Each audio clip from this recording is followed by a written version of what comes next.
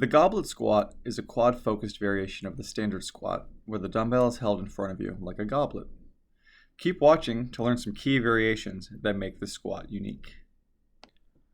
Because we are focusing on our quads, which we are reminded by from the dumbbell placement, we can enhance the focus even more by taking a closer stance than the traditional squat.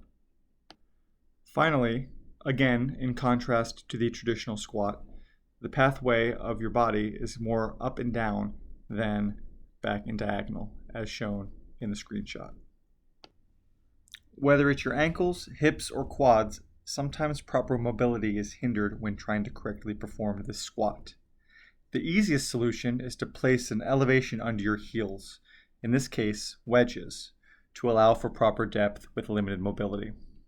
The harder solution is ultimately getting off your ass, which making a daily step goal count can facilitate.